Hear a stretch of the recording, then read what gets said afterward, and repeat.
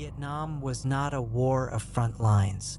It was a war of movement, concealment, and uncertainty. Soldiers rarely knew where the enemy was, only where he might be. The jungle erased distance and distorted sound. A person could be 10 meters away and completely invisible. At night, even that margin disappeared. For many who fought there, the jungle itself became the defining presence of the war. American troops entered Vietnam with training built around open terrain and visible threats. Vietnam offered neither. Dense foliage blocked sight lines, swallowed sound, and created a constant sense of enclosure. Soldiers did not scan horizons. They watched shadows between trees. They listened for movement they might never see. This environment demanded a state of near-constant alertness. Patrols moved slowly, sometimes for days, through terrain where every step could trigger a booby trap or ambush. Sleep came in fragments. Exhaustion accumulated quietly. The line between vigilance and fatigue blurred. It was under these conditions that soldiers began reporting experiences they could not explain. They did not describe dramatic visions or elaborate apparitions. What they described was subtler and more disturbing for that reason. Shapes that appeared human, standing where no one should be. Movement without sound. Voices calling out using familiar names and tones. Presences felt more than seen. These reports did not emerge from a single unit or region. They appear across memoirs, interviews, oral histories, and personal letters written during and after the war. The language varies, but the experiences share common features. Soldiers described seeing upright figures at the edge of their vision, partially obscured by trees or brush. These figures did not behave like enemy combatants. They did not rush, hide, or retreat when noticed. They stood still or moved slowly, deliberately. When soldiers approached, the figures vanished. There were no footsteps, no broken branches, no disturbed ground. In some cases, soldiers raised weapons and tracked these figures for several seconds, convinced someone was there. Only after the figure disappeared did doubt set in. What troubled many veterans was not fear in the moment, but confusion afterward. They were trained observers. Their survival depended on accurate perception. When they misidentified movement, it usually revealed itself quickly. These encounters did not. Some soldiers initially assumed they were seeing enemy scouts. Others assumed fatigue was affecting their vision. But repeated experiences challenged those explanations. The sightings did not escalate. They did not resolve. They simply occurred, then ended. Night operations intensified everything. Vietnamese jungle at night is almost completely dark. Moonlight rarely penetrates dense canopy. Artificial light is limited for tactical reasons. Vision becomes unreliable, and hearing becomes dominant. Under these conditions, soldiers reported hearing footsteps circling their positions without visible cause. Movement that seemed close, then distant, then close again. Breathing sounds that stopped when attention turned toward them. Flares were sometimes fired in response. Illumination revealed nothing. The absence was often more unsettling than any confirmed threat. Some of the most widely reported experiences involved voices. Veterans described hearing their names spoken clearly from the jungle. The voices were familiar, calm, sometimes comforting. They sounded like fellow soldiers, officers, or people from home. The voices did not shout. They did not threaten. They called. Several veterans recalled feeling a strong urge to respond, to move toward the sound, even while sensing that doing so would be dangerous. Some physically restrained themselves or were stopped by others. Importantly, These voices did not behave like ordinary sound. Soldiers reported that the voices did not echo or fade naturally. They seemed to come from everywhere at once. Radio equipment did not detect them. Other soldiers nearby did not always hear them simultaneously. Whether psychological or environmental, the experiences were vivid enough that many veterans remembered the exact words decades later. Another recurring report involved seeing soldiers who should not have been there. Medics and infantrymen alike described encountering figures resembling wounded or deceased comrades moving through the jungle. These figures were not visibly injured. They did not speak. They did not respond when addressed. They moved silently and steadily, often disappearing into terrain that would have been difficult to traverse without noise. Psychological explanations often point to trauma-related imagery or grief responses. These explanations likely account for many such experiences. Combat death in Vietnam was sudden and frequent. The brain struggles to process loss under those conditions. But some accounts include an unsettling detail: multiple soldiers reporting the same figure independently, later discovering their descriptions matched. These moments were rare, but they stand out. What soldiers emphasized repeatedly was not terror, but uncertainty. They did not feel chased. They did not feel attacked. They felt observed. The sensation of being watched appears frequently in Vietnam accounts. Soldiers described an awareness of presence even when nothing could be seen or heard. This awareness persisted even when they knew intellectually that nothing was there. In combat psychology, this sensation is associated with hypervigilance. The brain, primed for threat, interprets ambiguous stimuli as meaningful. Yet many veterans insisted this feeling differed from ordinary alertness. Felt external. Certain locations became associated with repeated experiences. Veterans recalled specific trails, clearings, or stretches of jungle where strange sightings or sensations occurred consistently. When units moved away, the experiences stopped. When they returned, they resumed. Years later, some veterans learned these areas had been sites of intense fighting. Others learned nothing at all. Correlation does not imply causation, but pattern invites attention. It is also important to note what soldiers did not report. They did not describe clear, detailed apparitions behaving like characters in ghost stories. There were no conversations, no dramatic manifestations, no overt threats. The experiences were brief, ambiguous, unresolved, which made them harder to dismiss. Officers were aware of the psychological strain on troops.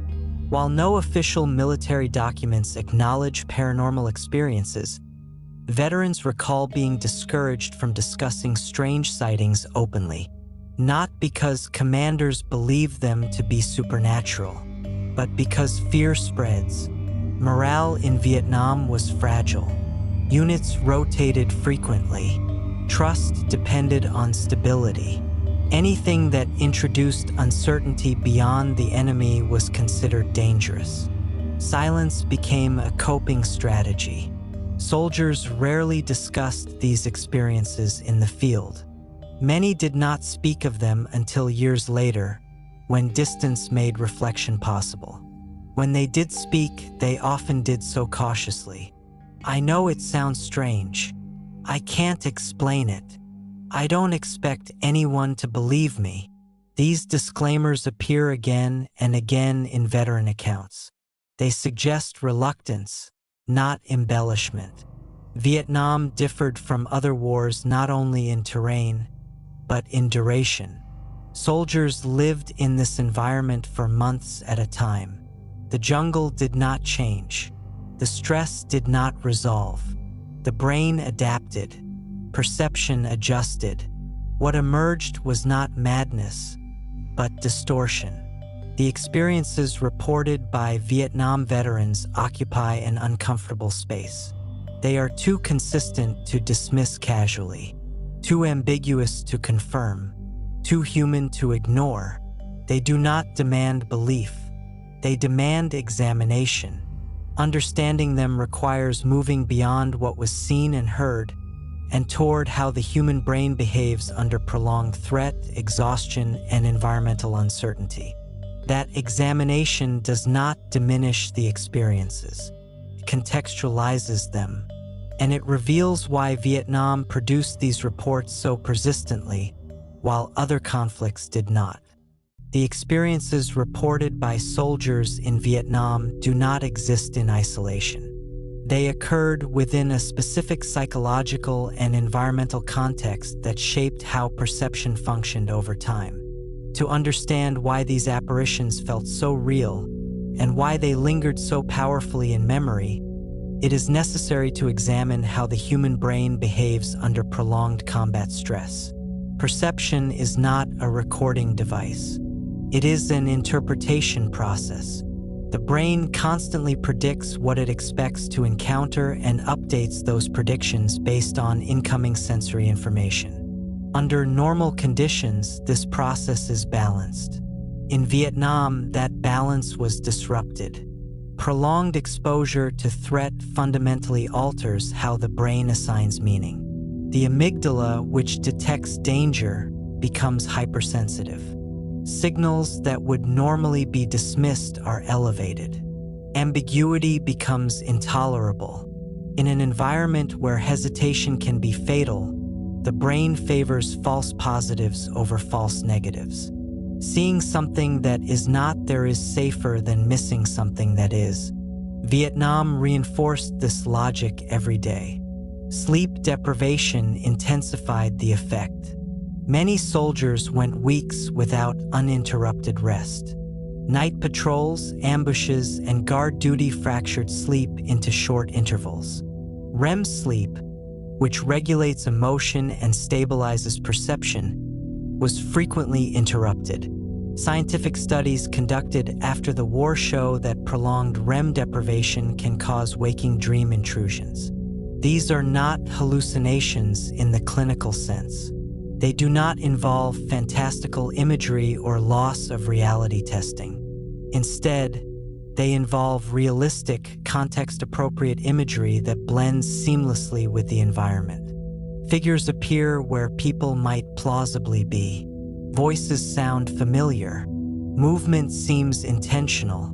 This matches the form of many Vietnam reports. Importantly, these experiences do not feel imaginary to the person experiencing them. They feel grounded, coherent, and external. This is why veterans often reject the idea that they were just imagining things. From their perspective, the experiences were anchored in the real world. Hypervigilance further shaped perception. Vietnam required constant alertness.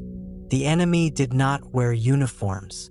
Combat zones and civilian areas overlapped. Danger was not announced. It emerged without warning. This trained soldiers to scan continuously for meaning. Under such conditions, the brain begins to treat the environment itself as a source of threat. The jungle was not a backdrop. It was active, concealed, distorted, and reacted. Every sound mattered. Every shadow mattered. This level of vigilance cannot be sustained indefinitely without perceptual consequences. Acoustics in dense jungle further complicated matters. Vegetation absorbs and reflects sound unpredictably. Direction and distance are difficult to judge. Sounds can appear closer or farther than they are. They can seem to move. Soldiers relied heavily on hearing, especially at night. When hearing becomes unreliable, the brain attempts to compensate by imposing structure. Sounds are localized, categorized, and interpreted even when information is incomplete. This process can produce the sensation of voices, footsteps, or movement without a clear source. Again, this does not feel like imagination. It feels like detection. Trauma also played a role, but not always in the way commonly assumed. Trauma does not only produce fear, produces vigilance, repetition, and intrusion. Memories bleed into perception. The boundary between past and present becomes porous. In Vietnam, death was frequent and sudden. Soldiers often saw comrades killed at close range. Bodies were sometimes left behind due to tactical necessity. Closure was rare. Psychological research shows that under such conditions, the brain may generate imagery related to loss, particularly in the environment where the loss occurred. This can manifest as fleeting sightings or the sense that someone is present when they are not. However, trauma alone does not explain why some experiences were shared by multiple witnesses or why they occurred in specific locations repeatedly. This suggests that trauma interacted with environment, not memory alone. Vietnam's jungle was uniquely immersive. Unlike deserts or urban environments, it denied long-range vision and stable reference points. There was no horizon, no open space. The world ended a few meters away. This sensory enclosure created a feedback loop. The brain relied on prediction more than confirmation. Prediction under stress tends toward threat. Once this loop established itself, perception became provisional. Soldiers learned to trust instinct even when evidence was incomplete. This instinct did not shut off easily. Cultural context adds another layer, though it must be approached carefully. Vietnamese beliefs about forests and spirits existed long before the war. Dense jungle was traditionally seen as inhabited by forces beyond human control. Folklore described forest spirits as quiet observers rather than aggressive entities. These beliefs were part of rural life, not fringe superstition. However, most American soldiers were unaware of these beliefs during their deployments. They did not enter Vietnam expecting spiritual encounters. They entered expecting combat. The parallels between soldier reports and Vietnamese folklore emerged later, through comparison, not transmission. This raises an important point. Cultural beliefs do not create experiences out of nothing. They often arise from repeated human encounters with the same environments. Over generations, patterns are observed, named, and preserved. Different cultures encountering the same conditions may describe similar experiences using different language. Vietnamese villagers avoided certain forest areas after battles. Soldiers independently developed similar avoidance behaviors based purely on experience. Neither group needed to believe in spirits to sense danger. Another factor is collective perception. When multiple individuals are exposed to the same ambiguous stimulus under similar stress, their interpretations may converge. This does not require communication or suggestion. It requires shared conditions. A shadow that triggers threat detection in one brain may trigger it in another simultaneously. This can produce shared experiences without shared explanation. Memory complicates interpretation further. Human memory is not a static record. It is reconstructed over time. However, emotionally significant experiences tend to be remembered with high clarity, even if peripheral details change. What is notable about Vietnam apparition accounts is their restraint. Veterans rarely embellish. They often minimize. They frame their experiences as confusing rather than dramatic. This pattern suggests that these memories are anchored in something perceived as real at the time, even if its cause remains unclear. Another unresolved question is why similar reports are less common in later conflicts. Modern warfare still involves trauma and sleep deprivation, but it differs in key ways. Improved lighting, surveillance technology, communication systems, and shorter deployment cycles reduced perceptual ambiguity. Vietnam offered none of these buffers. It was an environment where uncertainty dominated every sense. This does not mean the experiences were supernatural. It means they were the product of an extreme convergence of factors rarely replicated. Even with this understanding, not every report fits neatly. Some experiences occurred during periods of relative calm. Some involved repeated sightings in the same location without obvious triggers. Some involved apparent intentional behavior that resists easy explanation. These cases do not overturn psychological explanations. They highlight their limits. Science can describe mechanisms, cannot always reconstruct lived experience. The Vietnam jungle apparitions exist in that gap between explanation and memory, between perception and interpretation. They are not evidence of the paranormal. They are evidence of what prolonged war can do to human awareness. For the soldiers who experienced them, these moments were not abstract phenomena. They shaped behavior. They influenced decisions. They lingered long after the war ended. Many veterans carried these experiences quietly. They did not seek to explain them. They sought to place them. In the end, the Vietnam jungle apparitions are not a story about ghosts. They are a story about perception under extreme conditions, about how the human mind adapts to environments saturated with threat and uncertainty, about how meaning emerges when certainty collapses. They remind us that war alters more than bodies and landscapes. It alters how reality itself is perceived, and some of those alterations never fully fade.